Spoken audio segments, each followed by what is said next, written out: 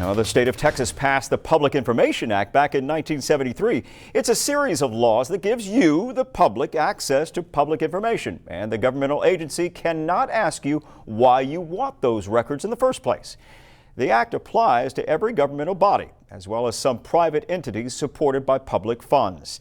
A couple of people in our area think the Port of Corpus Christi and the City of Alice are withholding information they've requested in violation of that act. In fact, they think the Port and Alice have something to hide. Our Seth Kovar joins us now live in the studio. Seth, you're supposed to get your information promptly after requesting it, right? Yeah, Pat, it works like this. You make your request and the agency has 10 days to respond.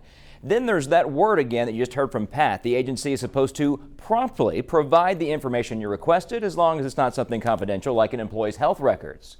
But a couple of locals say it's taking months to get the records they believe they have the right to receive. Seems like they're trying to hide something. That's Paul Wilhite's reaction to what he says is the Port of Corpus Christi's inaction when it comes to the public information request he made. He wants to know how much money the port spent trying to build a seawater desalination plant. Wilhite first made the request March 3rd, but so far, no documents. And he says the port says it could be late next month before he gets anything. I'm not going to give up.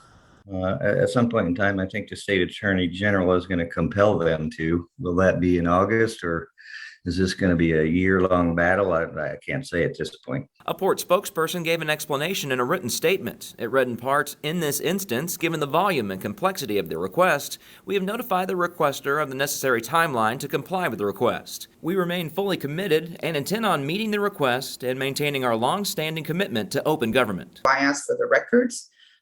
They missed the deadline. Belinda Silva of Alice thinks some city leaders are conducting city business on personal cell phones and social media.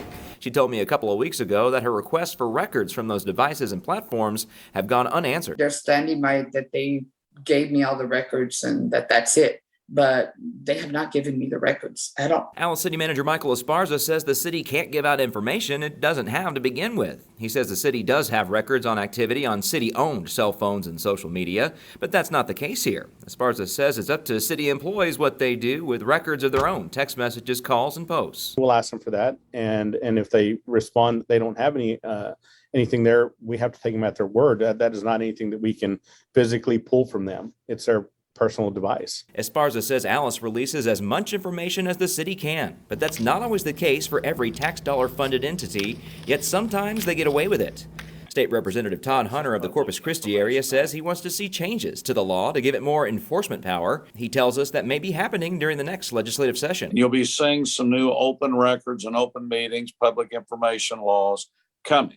And one of them that's being talked about is how do you enforce it when there is a disregard of the act. The next legislative session starts in January. We'll let you know if Hunter or any other lawmaker tries to make changes to the public information law and whether or not they're successful. Pat?